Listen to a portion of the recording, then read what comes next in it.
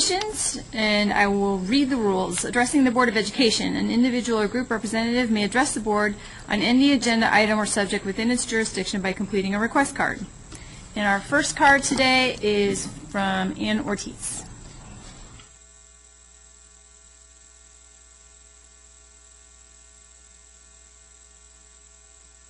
Thank you so much. I'm a Mountain Avenue parent, and I'm here to talk to you about the Ocean View Park drop-off pickup area.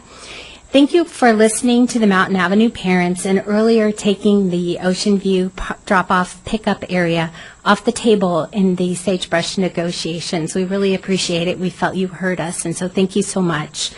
The Mountain Avenue attendance area that's just south of La Cañada uses the Ocean View drop-off pickup area too, as do many other parents, because our school is really congested. It's off of a wash. It's on a cul-de-sac.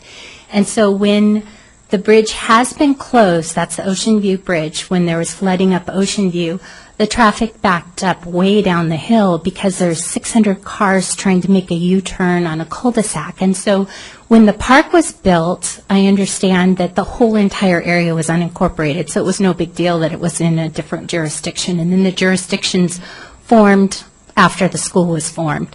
And so that area was designed to be used by people that live just immediately south of La Cañada, that's the unincorporated part of Montrose. And so it's heavily used by those people, and it helps some of the traffic issues that are around all of our schools, but they're especially acute when it's a cul-de-sac and it's one lane up and down the hill. So thank you for taking it off the table. And I'd like to ask you, I know it's been brought up again, but if you could please keep it off the table because it is important to us. And the South Ocean View, that's the unincorporated area, will continue to need school access because it's an area that we actually drive through La Cañada because it's the narrow strip of Montrose that's served by Mountain Avenue, and it's north of the 210 freeway and south of La Cañada. And so you drive through La Cañada literally to get to the school up Ocean View because the boundaries are all, they're crazy in the area. And so we still use that park. And so please keep the promise, and please keep the park in GUSD. Thank you so much for listening. Thank you. Our next speaker is Jackie Bodner. It's not here. Good evening, Superintendent Sheehan, board members, and staff. I actually have just something. I'm going to comment on the park comments, but I do want to ask you something, if you would. I've been talking to a lot of people that live in the sagebrush area, and there seems to be some considerable confusion about some of the information that's posted on your website, specifically having to do with the inter-district permits, in terms of when the window is that you accept those permits, and then how long people have to wait. The parents have to wait until they get a resolution or a decision made on. And so, what I would ask you, if you could just have somebody on your staff take a look at the information that's posted on the website, and specifically from the frame mind of the people that live in sagebrush, and just see if you feel it's complete, if it's accurate, because it does seem to be causing some confusion. So that's one ask. And the other thing I wanted to say is that I had the pleasure of actually meeting your board candidates at one of the meetings that was hosted by the Crescenta Cañada Democrats Club. And I must say, I think it's testimony to this board, the quality of the people that you have actually wanting to serve on it. So I think that's admirable that people want to actually participate and do what you do. Lastly, I wanted to talk, because I knew it was probably going to come up, and largely maybe driven by the comments that I made at the last board meeting, having to do with the drop-off of the park itself. It seems to be swirling in the neighborhood again that there's all this renewed concern over the park being lost, and I understand that.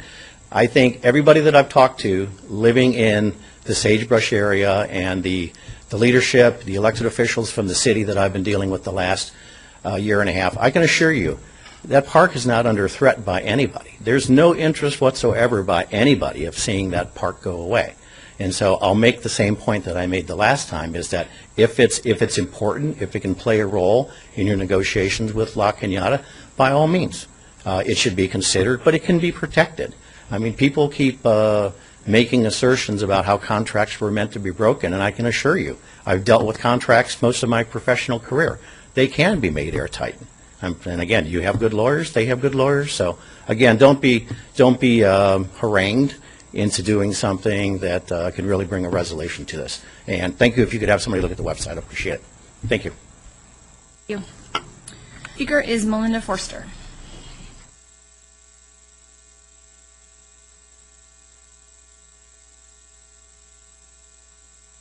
Hi. Hi, good evening. Hi, board members. Hi, everybody else. So as far as the park, I'll get straight into it because I want to rebut that. As far as swirling around in the neighborhood and all this concern, kind of inflammatory, to me a little bit patronizing, but nevertheless, my feeling is that I really appreciate that you took it off the table. I think it's important. It's not an emotional issue so much as it's an important issue because of the safety of Mountain Avenue. We do have issues up there.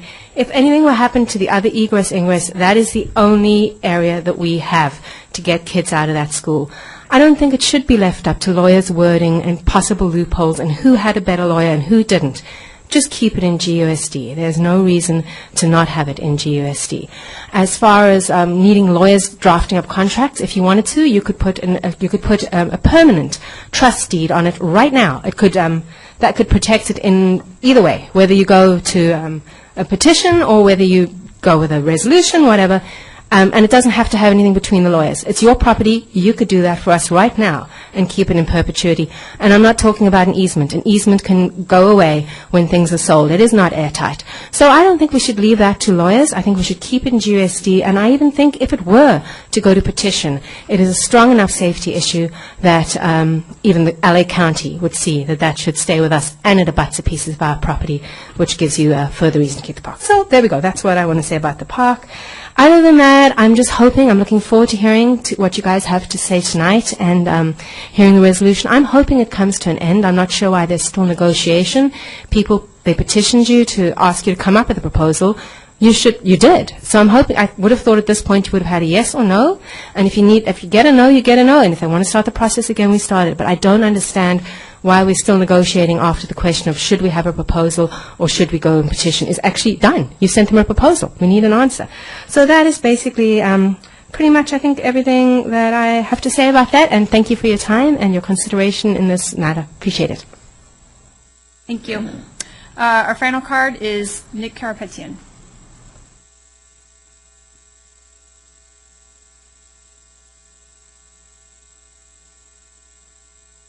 Dr. Sheehan, board members, staff, thank you for letting me speak on the subject. My name is Nick Karapetian. I live in the La Cañada section of what is now part of the GUSD.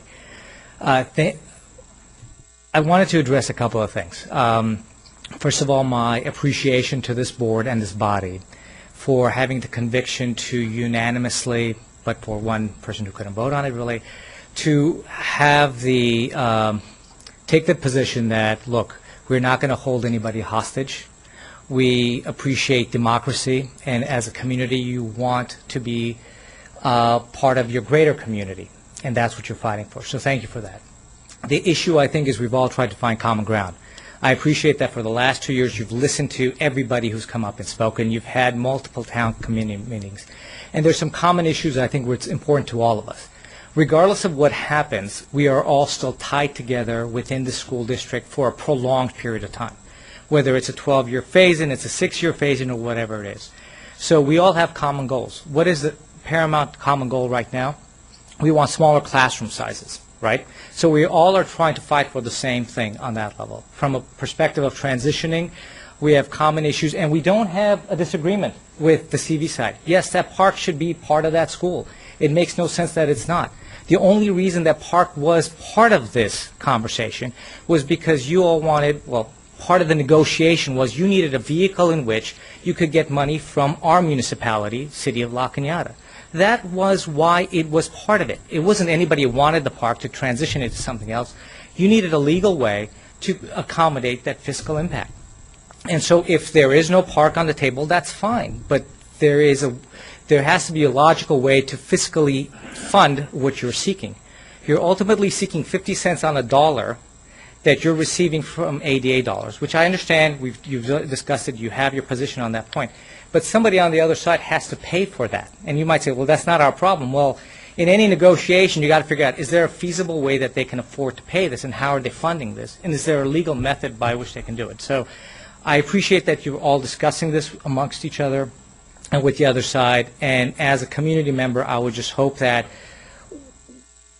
you look at the common issues. So protecting the park, protect it at all costs. If it's not on the table, that's fine. If you need to put it on the table, it's not about it being on a table. You protect the interests that need to be protected. And number two, in terms of common goals that we all have, is that the type of school. So I encourage you to really work with the community on what type of school they want Mountain Avenue to be. You've assured them that they would have that right, put that in concrete writing. So it's not all about money. It's about giving an assurance to that community that, yes, you guys are going to vote on what's going to happen to this school. It's not going to be just at the whim of, because you guys don't have complete control. 10 years from now, it might be another superintendent sitting there. It might be different board members. Oh, good. Okay, congrats. 20 years from now. In other words, those are bigger issues to really look at from the impact for that community. And lastly, I'll leave you at this. I want the broader population, because I think most people are kind of tired of hearing this. There are fundamental issues impacting the school district. This is representing 1% of the budget of the school district on an annual basis. It's not little, but it's still not 30% of your budget. So it does take weight in what you're looking at. But ultimately, what I don't want people in the CV side or the La Crescenta residents to fear is, oh my gosh, if this happens, the fiscal impact is only on us. That's not the case. And I know all of you have represented that, but if I'm wrong, please say it in your discussion that this is an impact on the budget of the schools are funded by who's attending there. And in your analysis, you've shown that there's going to be more than enough kids attending those schools. Thank you for your time. I appreciate you guys and look forward to hearing what you're all up to. Thank you. Thank you. And with that, we will move on to our first discussion item, which is an update on Sagebrush. Dr. Sheehan. Yes. So want to thank everyone for their comments this evening. We did have a productive meeting. Once again, at the meeting, it was reiterated that La Cañada could not afford the current proposal. And so they did express that. And so in the conversations, we had a couple issues come up that we believe we need further clarification on. And so both sides, both the La Cañada Unified School District as well as the Glendale Unified School District, are working with our own attorneys. One area of dispute is the park, and should the park not change hands, would Glendale Unified School District be able to recoup the Measure S, Measure K bonds that were part of the proposal? And so if you recall, part of the requirements or part of the proposal, including repayment of the Measure S and the Measure K. And I believe it was like 4.8 to 6.8, depending on how many years you talked about it. And so if there is, under the La Cañada belief, if there is no exchange of property on the La Cañada side, then they are not bound to repay any part of the bond. So we are getting legal clarification on that issue. Okay. And secondly, the other area was discussed was actually a dramatic reduction in the number of students that would be allowed to come into the Glendale Unified School, go from Glendale Unified School District to La Cañada. And so instead of doing it in a phase-in over several grades, it would actually restrict it down. Now, the legal challenge potentially is that if you have two residents, and it's similar, say we did it similar to our magnets, and we did a lottery, and one neighbor's kid gets in and one neighbor's kid does not get in and would have to remain at Mountain, if technically the sagebrush area went to La Cañada, can they deny a kid from going to school to La Cañada? Because if they are a resident, okay, then are they open to challenges because they have made it abundantly clear they could not handle taking all the kids at once? Okay, so those are the two main issues, okay, that we agreed to have a discussion around, okay, and we'll be bringing back to our next meeting with La Cañada, because that dramatically changed the landscape. Now, all that would do, okay, is we're moving to clarification on legal issues, and once we determine if those legal issues are true or not true, it potentially would open up for discussion of a different sort, okay, that is potentially palatable or not palatable to the board. Now, we also have a board election coming up in April. So the board, the complex, okay, makeup of the board is going to change because Ms. Russell graciously, when she filled in for Ms. Boger, had stated ahead of time she would not be running for re-election. And so we do know we will have at least one new board member. So that who will be a participant in the discussions. And so that complicates things, but we do feel very strongly that we need to know specifically from attorneys, okay, if those are truly, in fact, with the park, do we lose the money to repay the bonds or don't we? And can there be a restrictive phase-in plan that would deny kids living in their now new home district from attending that new home district? So that is what we are seeking clarification on. And then we have decided to come back, and basically the committee was made up of 2 board members from each district, the superintendent and the CBO. Comments? Questions or comments?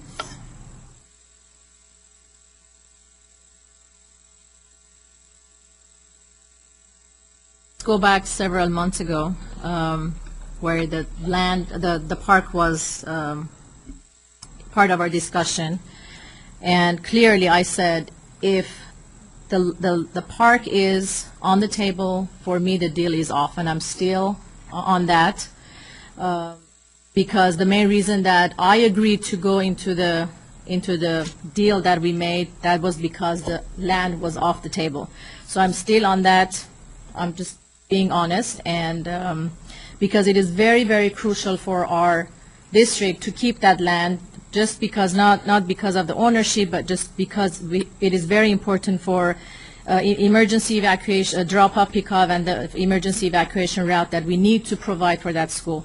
And you know what, the Mountain Avenue is there forever, but people change, or neighborhood changes, the people who make decisions, the decision-making body changes. So I really don't know what's going to happen down the road, but we really need to keep that land and be part of the school no matter what. So that's my take.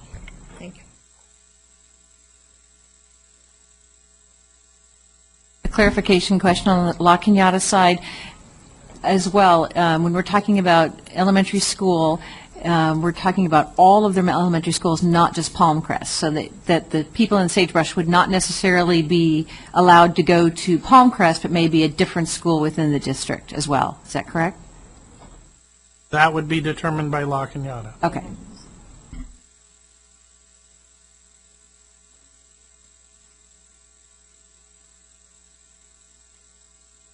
When's the next time that the group will get together?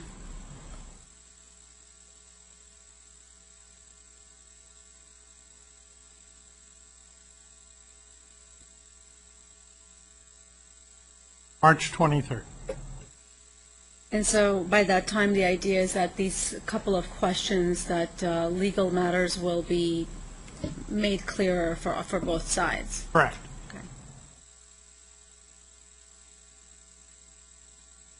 I would only add that the tenor of the conversation is very friendly, and we're clearly working very hard to understand each other's point of view, and so it's and really wanting to do what's best for each of our districts and the students. So it's a very productive conversation. I would not call it a negotiation. It's really, I think that was the word that was used, so not understanding why there are negotiations. We aren't negotiating. We're really asking each other a lot of questions to try to understand what possibilities exist. So, okay. Anything else on that? All right. Then we will move on to discussion number 2, the update on Measure S and facility programs.